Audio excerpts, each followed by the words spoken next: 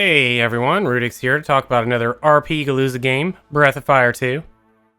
For those of you that don't know, RPGalooza is a project I started involving playing through a huge list of RPG titles, ranging from Western style to Japanese. While I'm not a huge RPG connoisseur, I do like to dabble in them every now and then, so hopefully I can provide for you all a more modern day gamer's look at my experiences with them. So with that out of the way, on to Breath of Fire 2.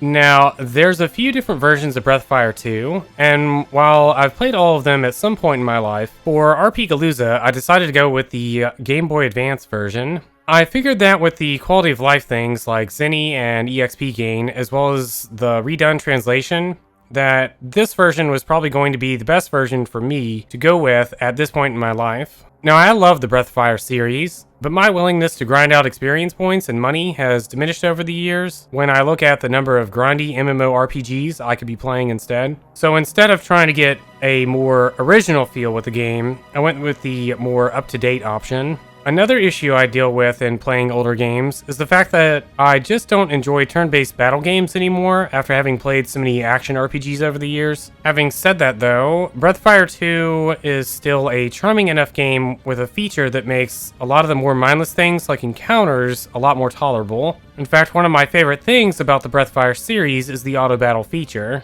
Getting from one destination to another and being stopped every 2 seconds to deal with a bunch of weak monsters can get annoying to me after a while. So the auto battle feature at least makes it a lot more tolerable, since I can basically just tap that and then go about perusing Twitter or watching someone stream without way too much thought involved. On the flip side of that, the boss fights are gimmicky enough that when I do have to actually pay attention, the fights are engaging enough that they manage to keep my attention well enough compared to fights that are basically just a constant repeat of the same action over and over again. The downside to all this though is that the game has some aggravating gimmicks that often require you to be using certain characters in certain sections of the game in order to progress the area or story, which actually sucks a lot because the game doesn't really have a very good system in place for leveling characters that aren't in your party. So you basically have to constantly swap your team around just so you can progress through certain sections, and you either just deal with having a horribly underleveled character in your party, or you go and grind out levels for that character. And while I like most of the characters in the game,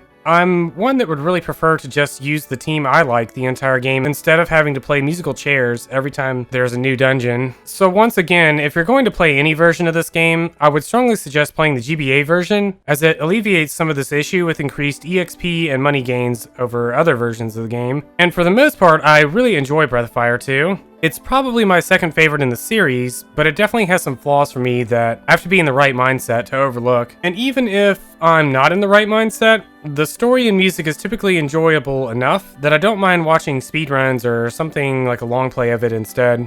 I think for RPGalooza, I still would only give it a rating of 6 out of 10.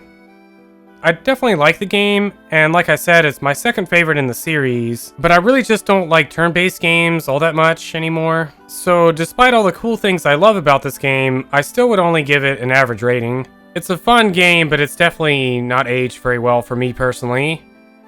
Anyways, if you enjoyed this video and would like to look forward to many more RPG reviews in the future, be sure to like the video and subscribe to the channel. And if you're interested in seeing me actually play through a variety of games in real time, make sure you follow my Twitch stream at twitch.tv/rudyxx.